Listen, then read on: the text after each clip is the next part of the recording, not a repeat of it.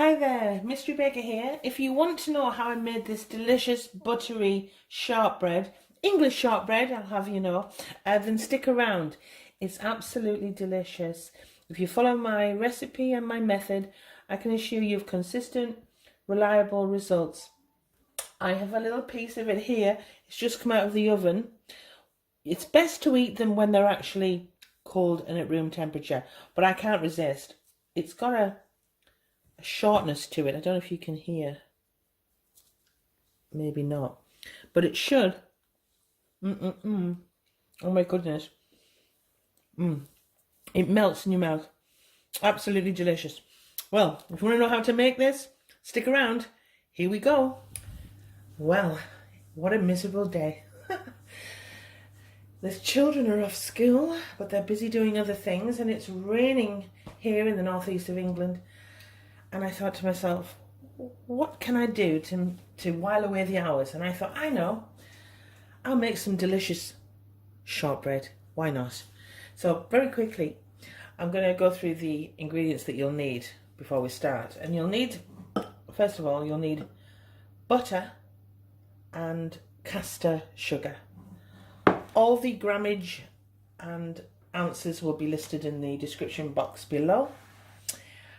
Some plain flour and some cornflour, and I'm going all traditional here, and I'm going to make it the traditional way. So I've got a pan tin here with some greaseproof paper in the bottom, because I'm going to make it how they would have done long time ago, and I'm going to make them into the traditional triangles. Okay, and you'll see how that's done very shortly. So just a little bit of history. This is going to be called English shortbread because I am indeed English, but all credit to the Scots, because this shortbread originally is a medieval bread, and originally it was made into a circle and put into triangles. Like this, and it was dusted on the top with spices. I think it was refined in the 16th century. All credit to Mary, Queen of Scots. And the first recipe, however, the first written recipe of the shortbread that we know today and recognise today, because it was made very differently long time ago, was in 1736 by a Mrs. McClintock. Hail to Mrs. McClintock. So we're going to get started, and I'm going to do as much as I can in one fell swoop. So make sure you've got clean surface, clean hands, and away we go, folks. Okay, so basically I'm going to cream the caster sugar and the butter first. It's the first stage. Make sure that the butter is at room temperature and it's not too hard, because you'll have a right carry on trying to soften it. So make sure it's softened in advance. I'm going to cream this off camera, and I'll be right back. Okay, I've creamed the caster sugar and the butter together, and as you can see, it's turned a wonderful ivory white, which is exactly the consistency you're looking for the shortbread. Now we're going to add to the butter and the sugar, in two halves, the flour and the cornflour. So I use a sieve. I want to get as much air into it, okay? Even though it's a bread, I suppose they class it as a bread. I tend to put two halves, do it in two halves. So self-raising flour, I hope this is picking up. Sieve through. The reason why it's called shortbread is because of the amount of butter, fat content. Anything that has a lot of fat in it, I mean, this is not for the faint-hearted, it's a very decadent, luxurious biscuit, if you will. It's because of the high fat content, and it's very short, which means it's snappable, and it should melt in your mouth, and that's glorious. It's glorious. I love this recipe. So half of the flour has been sieved through, and now half of the corn flour, like so. Do the other half later. Put that aside. And I'm going to just use my whisk and beat that through. I don't know if I've said before, it's an eggless recipe. It's so decadent, this biscuit. It's one of my favourites. It's so buttery and cream-like almost, and it just melts. And I hope you really do follow this recipe. You will love it. And because it's so decadent, and always was, it was very expensive in the olden days. And it was only, you know, the only royalty or very rich people that could afford to make it.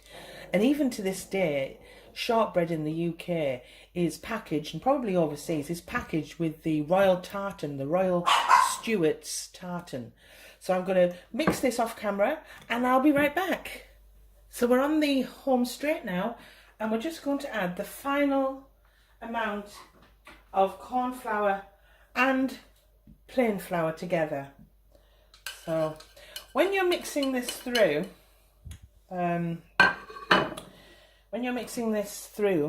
with your mixer, just on a low to medium speed. Start off on low and pick up to medium, okay, because it will start to get stiff now because we don't have any liquid. This is just an eggless recipe, so it will be quite stiff, but that's what we're making. We're making a dough more than we are a batter, okay? So on your last, when you've added the last half, or second part of it, I basically get a metal spoon and I fold it through, okay? So folding that through like so. It's not a difficult biscuit to make. It's if you do it like this. I mean, look, there are other recipes out there and other methods, and please feel free to try them. Don't criticize me for saying, well, that's not how it's done. I don't actually follow recipes as such. I have done in the past, but I've come up with my own methods of doing things, and this is how I make my shortbread. That's why it's called English shortbread today, because the way and the method is mine, okay? And I'm sure there'll be other people out there somewhere that do exactly what I do. But I know that a lot of recipes out there don't do it like this. So once I've folded that through, I'm going to give it one slight mix with my mixer. Now, you don't have to, you can just keep folding. You can keep folding. But I'm just going to give it one light mix for about 30 seconds, just to make sure that the flour and the corn flour are evenly distributed. I'll be right back. Okay, I'm back. I didn't actually use the mixer to fold it in. Off camera, I just continued using the spoon. And it is stiff, but it is quite soft as well. And that's the texture you're looking for. Well, I look for. Other recipes won't be looking for that texture. But my recipe and method, I am looking for that texture. So don't be alarmed by it. Now, with some extra flour, dab your hands in. So you're basically covering your hands in flour, dusting them with flour to make it easier. And I'm just going to bring that together. Dusting my hands like so. Dusting. I'm getting everything, wiping the bowl clean like so. Can you see? Can you see my ball of shortbread? How delicious. And what I'm going to do now, I'll lift it up for you so that you can see. What I'm going to do, I'm not going to touch it. I'm not kneading it. I've just brought it together like that into a ball. I'm going to cover it in cling wrap, and I'm going to place it now in the refrigerator for about 10 to 20 minutes. Okay, gives me time to wash up, dry up, and have a cuppa. And if you're doing this along with me, do the same. Get yourself a cuppa. You deserve it. And I'll be back once this has had time to refrigerate. Back in a bit. Okay, I'm back, and I've taken the I'm taking the shortbread out of the fridge and it's just sitting here for a second. I just want to explain something because my tutorials are for beginners and I may not have explained in enough detail. When I said to you, don't knead it, there's a reason for that. I just basically grabbed it into a ball, covered it in cellophane or cling film and put it in the fridge. And that's exactly what you need to do. This is not a bread, even though it says it's shortbread. It's not a dough and it's not a pastry, so we don't need to knead. If we knead it, or if we start kneading it together, it will release the gluten and the gluten then makes it chewy and tough. We're wanting a short biscuit. Okay, we want it to snap, we want it to melt in the mouth. So that's the reason for that. And I've had a thought, because it's for beginners, I'm not going to put it in here. I'm going to make it even easier. So I've just got a tray and I'm going to place that in the center like that. Okay, I thought, I might be making it difficult for my beginners and I don't want to. So with a little bit of flour, or cornflour in this instance, I'm just going to start rolling it ever so slightly, just pressing it down like that, not overworking. Okay, if it starts to come away, it's okay. And then once you're happy, you want to make it into a circle shape. Dust your hands with a little bit of flour or cornflour and it'll stop your dough, biscuit dough, from sticking. And we're just pressing down. Okay, pressing down. And we want it about a centimetre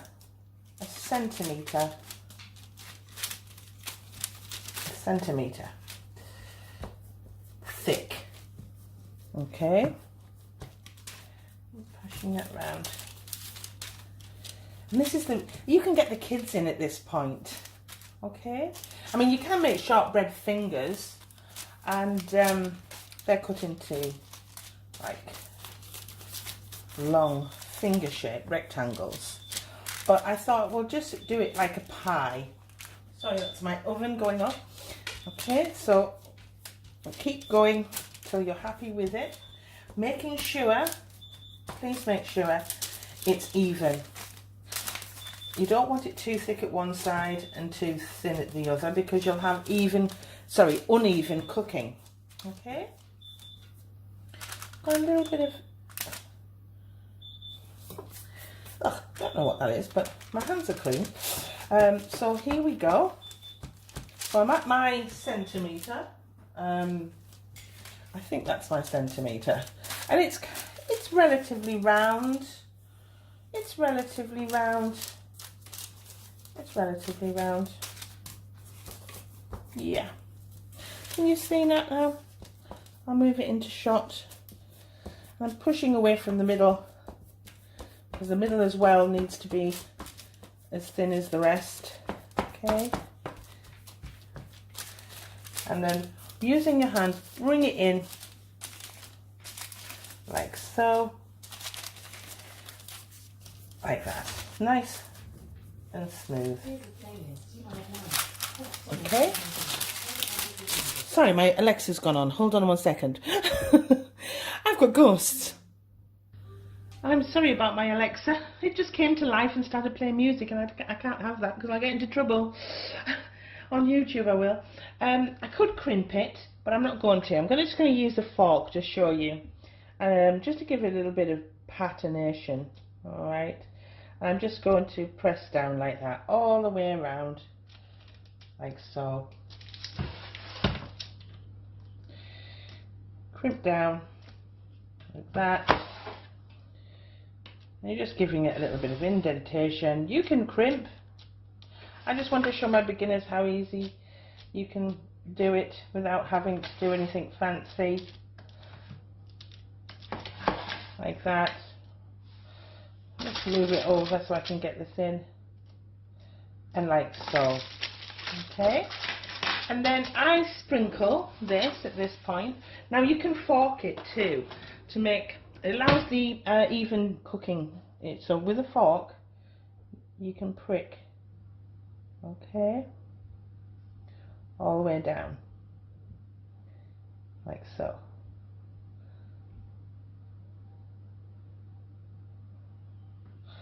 Okay, I'll do this very quickly, just to show you. I won't do all of them off on camera because you will get bored watching me, but a slight prick will allow the even baking. It will bake evenly. The steam will be able to push through, and it will cook quicker and more efficiently. So I'm going to do that off camera, and I'll be right back. So I've crimped all of the shortbread off camera, and lastly what I do is with some caster sugar or granulated sugar, I just sprinkle my shortbread with sugar. Originally, back in the olden days, back in medieval times, they would use spices, and I suppose if they were aromatic spices, it would smell delicious cooking in the oven. And that basically is it. Now, what I tend to do at this stage, and I would recommend you do the same, is place it back in the fridge for at least 10 minutes, and then while it's in the oven, while it's in the fridge, put the oven on 190 degrees or 170 if it's fan assisted, and then after 10 to 15 minutes, put it in the oven for 15 minutes and then check. It can take between 15 and 20 minutes, but don't keep opening the oven. Open it at 15 minutes, see how it's getting on, and when it starts to look a slight golden brown, it's ready. Or a golden cream, that's what we're looking for, a golden cream. And that's it. Now the great thing about this recipe, you can make it in advance. You can you can make it today, put it in the fridge, and it will last 3 days, you know, in your refrigerator. So it's something you can make up in advance. And if you've got the grandchildren over and you don't want too much of a mess, you can make your cookie batter, okay, your shortbread batter, put it in the fridge, and then when they come, they can roll it out and they can do this themselves. What a great day to spend with your grandchildren, don't you think? Okay, so I'm going to put this in the fridge, then I'm going to put it in the oven, and I'll show you what it looks like when it's ready. I'll be right back. Okay, so I'm going to take my shortbread out of the oven. Here we go. It's there. Oh, it's out of the oven, and because we made some indentations with the back of a knife, making the triangular shapes, while it's hot, it's this stage you must cut it into your shapes, okay, because it will dry hard and it's more difficult. Okay, so I'm just turning it round as we go. Okay, sorry, I hope this is picking up.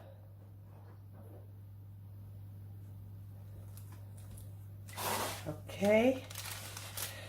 Oh, it looks beautiful. It looks beautiful. Okay. If you do it while it's warm,